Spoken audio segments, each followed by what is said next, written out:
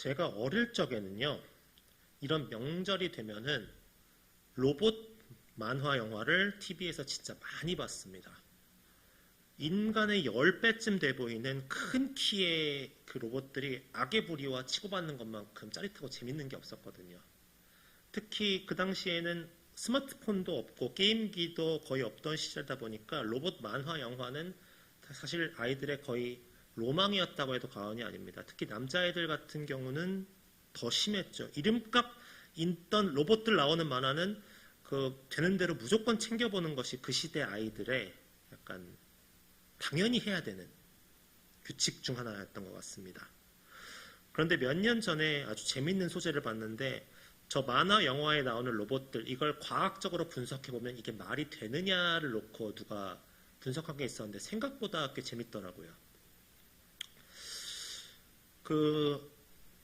간단하게 설명드리면은 보통 이제 로봇 만화 영화에는 항상 뭐 레이저빔 같은 걸 발사해가지고 적들을 뭐 때려 부수고 뭐 악당들하고 싸우고 이런 게 있는데 정말 상대를 박살내고 절단시켜 버릴 만큼 강력한 에너지를 쏘려면은 그 에너지원이 있어야 되지 않습니까? 근데 과학적으로 이게 말이 안 된다는 거예요. 아무리 초고성능 배터리를 몸에다가 내장시켜도 한 발도 발사가 안 되는 거예요. 그래서 굳이 과학적으로 이걸 하고 싶으면 어떻게 해야 되느냐? 마치 동네 개를 매달아 놓듯이 전봇대에다가 목줄 채워서 매달아 놓듯이 그렇게 해놓고 무한정 전기를 공급받아서 쏘는 수밖에 없다라고 결론을 냈는데 그런데 문제는 태양전지로 하자니 축구장 한 20개 정도 크기의 전지를 머리 위에 올려놓고 해야 된다고 하더라고요. 그러니까 이건 말이 안 되고 그러면 전봇대에 매달아가지고 전기를 공급받아서 하는데 레이저를 한 2번 발사하면은 3인 가정이 150년 동안 쓸 전기비가 한 번에 나간다고 합니다. 즉 출동해서 악의 무리와 몇 번 레이저를 발사하면은 악의 무리가 아니라 나라가 먼저 망하게 생겼어요.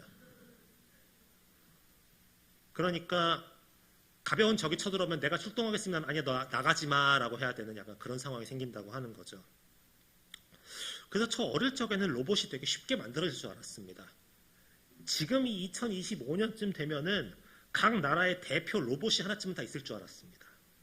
전쟁이 나면은 사람이 아니라 로봇들을 조종해서 싸우는 그런 그림을 기대했습니다.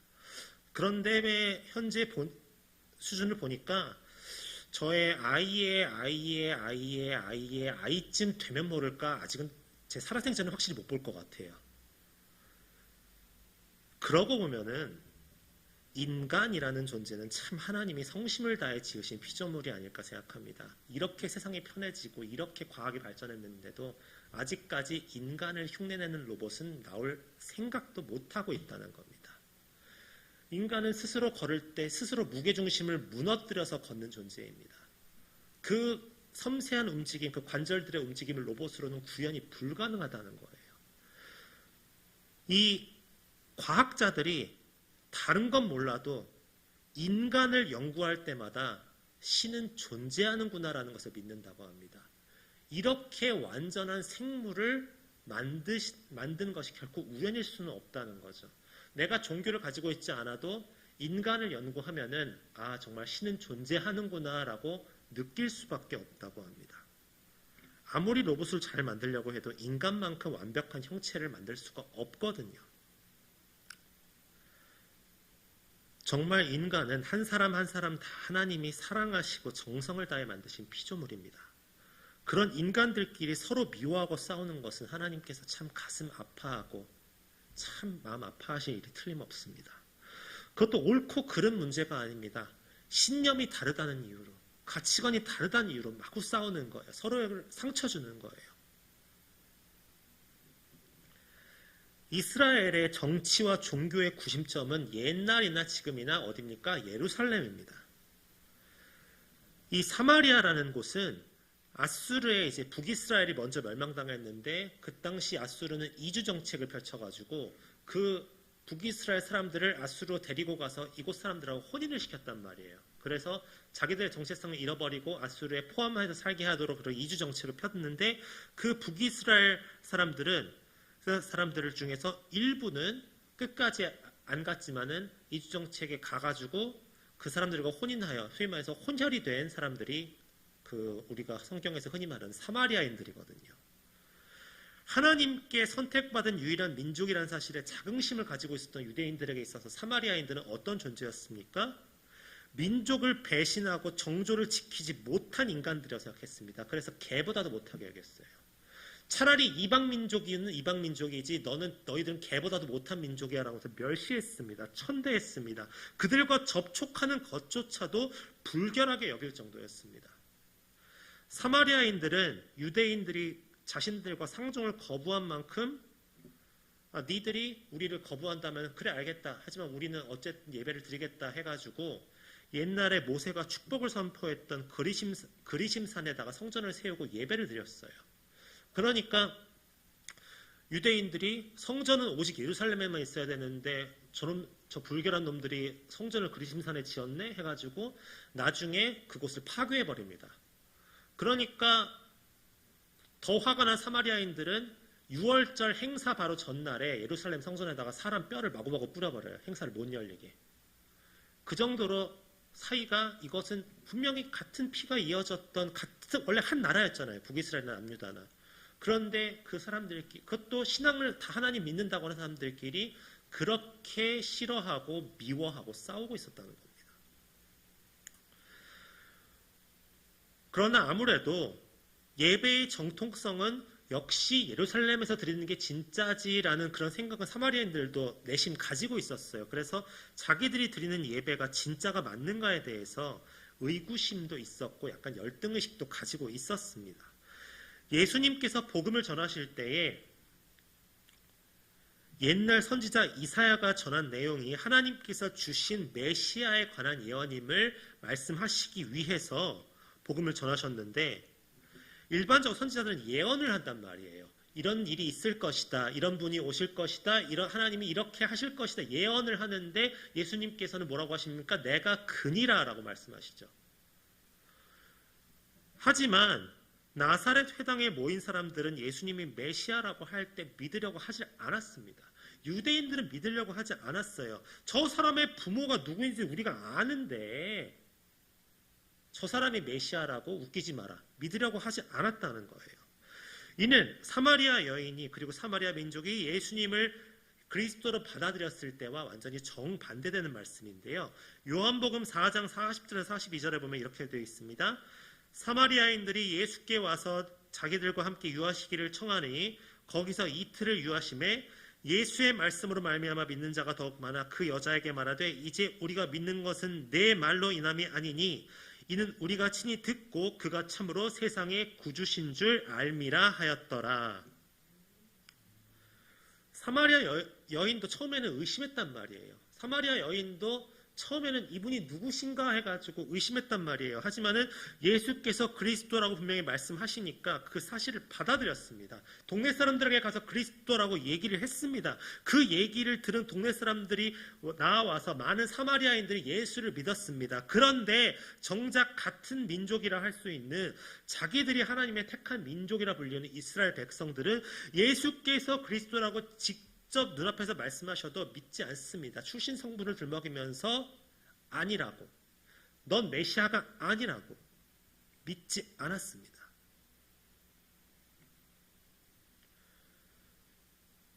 말씀으로만 접해도 예수를 믿을 사람은 믿습니다. 하지만은 직접 만나서 가르침을 들어도 믿지 않을 사람은 믿지 않아요.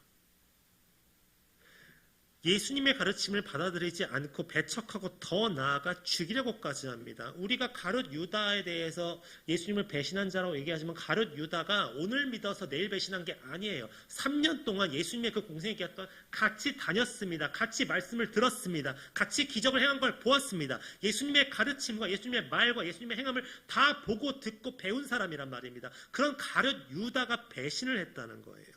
그 말인즉슨 우리가 신앙생활을 오래 했다 하더라도 바르게 믿지 않으면 소용이 없습니다.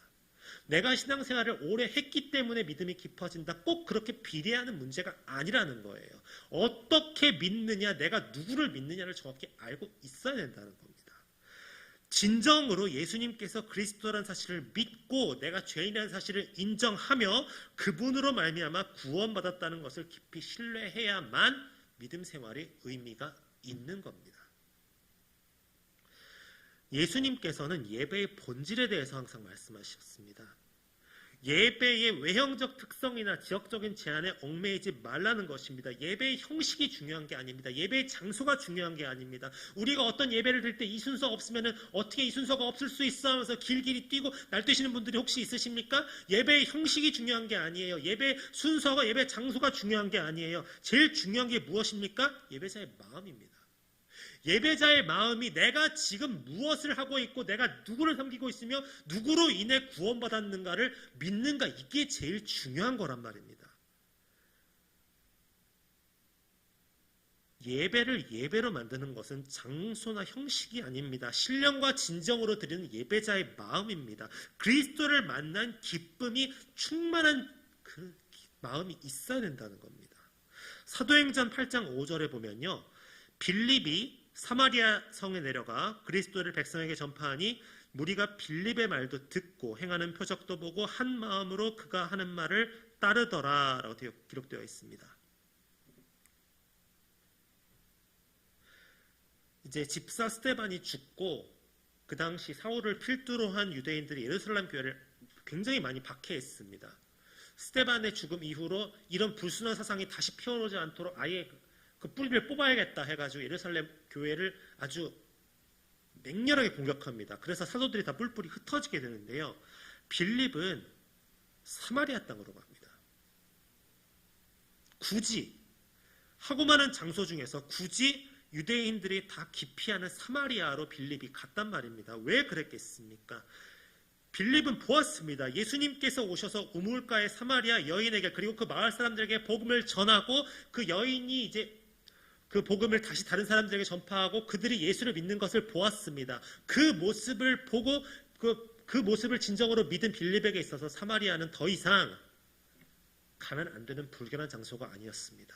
똑같이 예수 그리스도를 전해야 되는 복음의 터전이었습니다. 전도의 터전이었습니다. 모든 곳과 똑같은 장소였기 때문입니다. 신앙생활을 하면서 하고 싶은 일만 할 수는 없습니다. 가고 싶은 곳만 갈 수는 없습니다. 그건 너무나도 어린아이적인 신앙입니다. 유아적인 신앙입니다. 내가 신앙생활을 할 때에 하나님께서 맡겨주신 사명이 그것이라면 그것을 해야 하는 게 우리의 신앙생활입니다. 가라 그러면 가고 멈추라 그러면 멈추는 것이 신앙생활입니다. 복음을 전하고자 하시는 하나님 나라를 세우고자 하시는 하나님의 크신 계획에 따라 우리가 가기 싫더라도 가야 하는 상황이 분명히 있습니다. 그러나 하나님의 인도하심에 순종하면 놀라운 일이 일어난다는 것입니다. 사마리아인들이 빌립의 말을 듣는 것입니다. 과거 예수님께서 그러셨듯이 빌립이 복음을 전했을 때도 똑같이 사마리아인들이 그의 얘기를 듣고 복음에 감화되어 그를 좇는 역사가 일어났습니다. 성경이 말씀하신 대로 사마리아로 복음이 전파되는 순간입니다. 지금 우리가 발리 선교팀에 가 있지 않습니까? 발리가 어떤 곳입니까? 세상 사람들에게는 좋은 휴양지로만 알려져 있겠죠. 인도네시아 전체가 그 얼마나 이슬람이 만연한 곳인데 특히 그 발리라는 곳은 이슬람 플러스 힌두교까지 만연한 곳입니다. 태어나면서부터 계급에 따라 그 사람을 나누고 또 남자와 여자를 구분하고 짐승을 사람보다 높이 여기는 그런 정말 귀신 들렸다고밖에 말할 수 없는 종교가 힌두교고요. 이슬람이 어떤 종교입니까? 근데 그 목적을 위해서라면은 얼마든지 너도 죽고 나도 죽고 다른 이들도 죽여도 상관없다라고 외치는 그 종교가 이슬람이잖아요. 그 두 종교가 공통적으로 만연한 도시가 바로 발리입니다. 그곳으로 복음을 전하러 간다? 효율적으로만 따지면 이것은 굉장히 바보 같은 짓이라고밖에 말할 수가 없습니다. 아니 세상에 복음 전할 때가 얼마나 많은데 안전한 장소 많은데 얼마나 편한 장소 많은데 좀 쉬운 데로 가지 왜 그렇게 어려운 장소로 거듭해서 가라고 말할 수도 있을 것입니다. 그러나 하나님께서 가라 하셨으면 가는 것입니다. 하나님께서 맡기셨으면 맡는 것입니다. 하나님께서 전하라 그러면 전하는 것입니다. 신앙생활은 우리가 선택하는 것이 아닙니다. 우리가 주님을 택한 것이 아닙니다. 주님이 우리를 택하셨습니다. 우리는 택함받은 백성으로서 하나님께서 맡기신 사명 잘 감당하고 순종하는 것밖에는 없다는 겁니다. 신앙생활은 효율성을 따지며 할 수 있는 일이 아닙니다. 상식적으로 가망이 높지 않은 곳, 하고 싶지 않은 일, 익숙하지 않은 장소라면은 일단 고려하지 않고 생각하는 것이 좀 더 내가 효과적으로 신앙생활을 할 수 있겠지. 내가 신앙생활을 좀 더 만족도 있게 할 수 있겠지라고 여길지도 모릅니다. 그러나 분명한 것은 신앙생활에서는 효율성이 아니라 당위성, 이것을 해야만 하는 분명한 이유를 내가 깨닫고 있어야 한다는 겁니다. 효율성을 논하다가 하나님께서 어떤 계획을 세우고 계실지를 내가 보질 못하는 거예요. 내 계획이 앞서는 겁니다. 효율성을 논하다가 하나님께서 우리가 지금 있는 곳에서 무엇을 하길 원하시는지를 생각하지 못하고 내가 하고 싶은 일을 한다면은 우리는 평생 한 사람도 전도하지 못해요. 심지어 나 자신조차도 말입니다. 내가 하나님의 뜻에 순종하지 않는데, 내가 하나님의 뜻에 따르지 않는데 내가 지금 예수를 믿는다고 할 수 있습니까? 그리고 내가 예수의 이름을 전할 수 있습니까? 나 자신도 전도를 못하는데 어떻게 전도가 되겠냐는 거예요.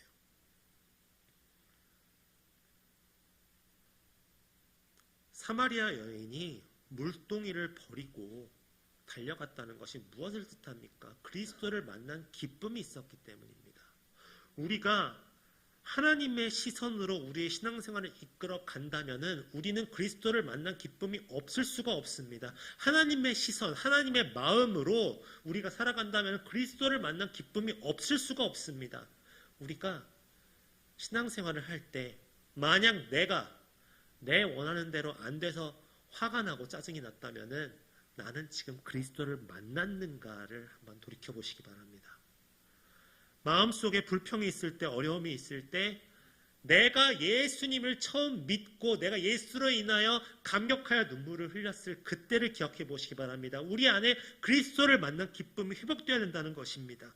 사마리아 여인이 물동이를 버리고 달려갔듯이 예수님을 만났으면 자기 것을 버려두고라도 내려놓고 달려가서 내가 그리스도를 만났다고 선언할 수 있는 용기가 있어야 한다는 것입니다. 저는 우리 성복중앙교회 성도 모든 분들이, 그리고 지금 발리 땅에서 열심히 사명을 잘 감당하고 복음을 전하는 모든 이들이 다른 어떤 것보다 내가 예수님을 만난 것이 얼마나 큰 기쁨인지 전할 수 있기를 소망합니다. 그게 없으면 나는 아직 나 자신도 전도를 못한 겁니다. 나는 아직 나 자신도 믿음의 동역자로 받아들이지 못한 겁니다. 우리 안에 그리스도를 만난 기쁨이 회복될 수 있길 소망합니다. 우리 안에 그리스도를 만나서 참 행복하다, 참 감사하다, 참 기쁨이 회복되길 소망합니다. 그리함으로써 오늘 찬양 가사처럼 내가 여기까지 온 것도 다 은혜이고 모든 것에 다 감사할 수 있는 우리 성복중앙교회 성도님들 되시기를 주님의 이름으로 간절히 축원합니다. 기도하겠습니다.